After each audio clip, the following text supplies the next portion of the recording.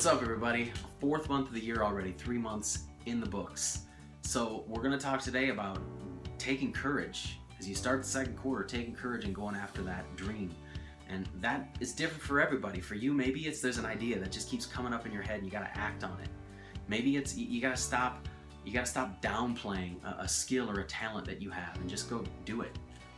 Too many times, me as a musician, and I've done this 100 times myself, but I'll see someone take courage and they'll do what they're supposed to and they'll throw something out there in its infancy stage and it's loaded with disclosures like, hey, sorry for the mistakes, or sorry if the singer was pitchy, or sorry if the words weren't just polished right, or if the sound quality was no good.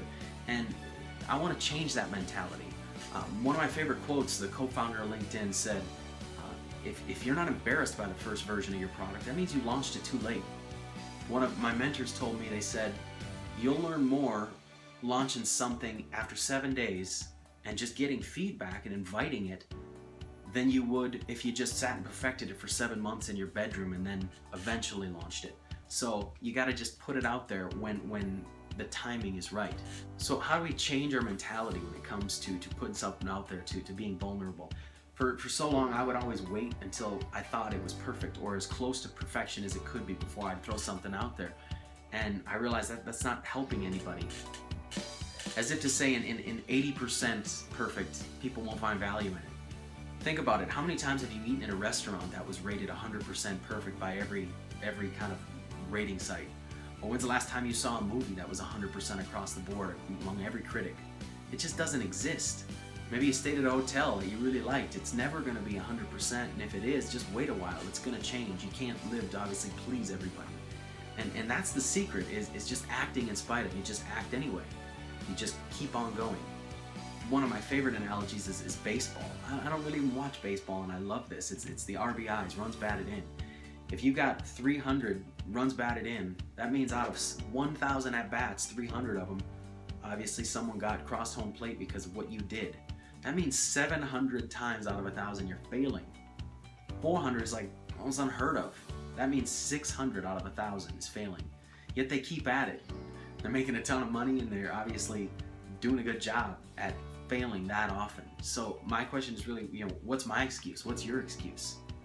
There's really 3 types of people, or 3 categories when we're talking about this. You got those that sit on the sidelines and they just don't act because they're afraid it's not good enough. Maybe they're afraid of what people think, or maybe it's just not perfect enough, and they don't want to allow themselves to be vulnerable, to see those imperfections. And then you got, like, on the total opposite end of the spectrum, it looks like no matter what this person does or this group of people, it just turns to gold. Everything they do it with ease, and it's slam dunk after slam dunk, just perfect.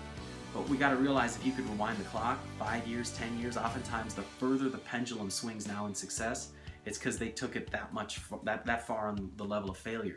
You'll see things like multiple failed businesses, failed ideas, bankruptcies, and I'm just saying, when it comes to failure, don't rush into obviously risks you shouldn't, but take the ones that you should. Every single day you should be going after it.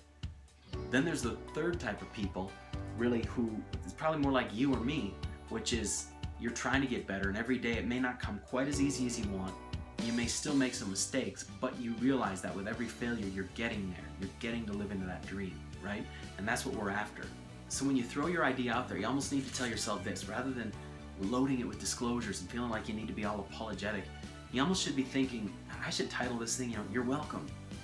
You're welcome to whoever sees it, because I know you're seeing it in its vulnerable stage. You're seeing this idea in its infancy stage, and I know that it's going to give you courage, because you see the courage it took for me to launch that.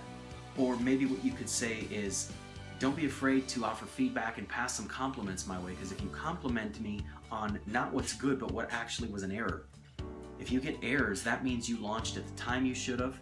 That means you're executing at the speed that you should be, and it means you actually pulled the trigger.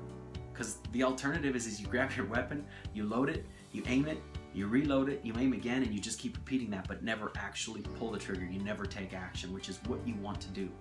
Now, of course, there's things in life you gotta prepare for to the utmost.